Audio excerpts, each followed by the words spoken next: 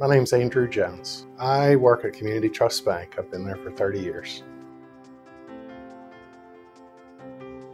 At the time, I elected to get a PICC valve, a porcine valve. And they told me that that would eventually need to be replaced. I was only 40 years old at the time, and 20 years seemed like way, way out in the future. It came quicker than anticipated. 14 years, I started having some symptoms. Shortness of breath. I started feeling more tired than usual. I got to the point that I couldn't hardly stay awake during the day.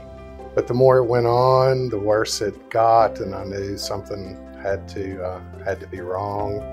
So I visited with some cardiologists, and they diagnosed that the valve was destroyed, in their words.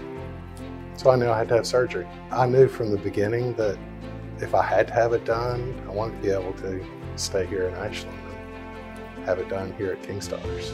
It's just easier on everyone when you're right here in your hometown and you walk into a facility that you're familiar with and you're familiar with the people, and everybody makes you feel like you're one of the family and we're going to take care of you. And after a short conversation with Dr. Bronstein, I knew he was my guy.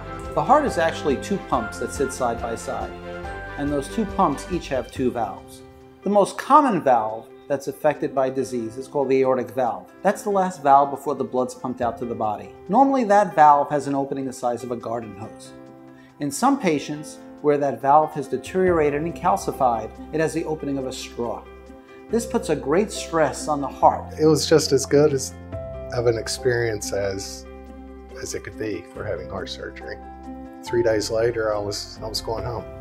After the fourth or fifth day, I took a walk around the park, and the symptoms I was having were gone. The key is knowing your body. If you're sensing a change, don't put it off that, oh, I'm just getting older. Don't put it off that I'll wait till after the holidays. Because if these things are addressed early, they can be life-saving. And also, not just life-saving, but improve the quality of your life. Because you want to fix things before they break. Don't ignore what your body's telling you. You know in your heart, you know in your mind when something's not right. And too many times we try to ignore the symptoms, but yes, don't wait.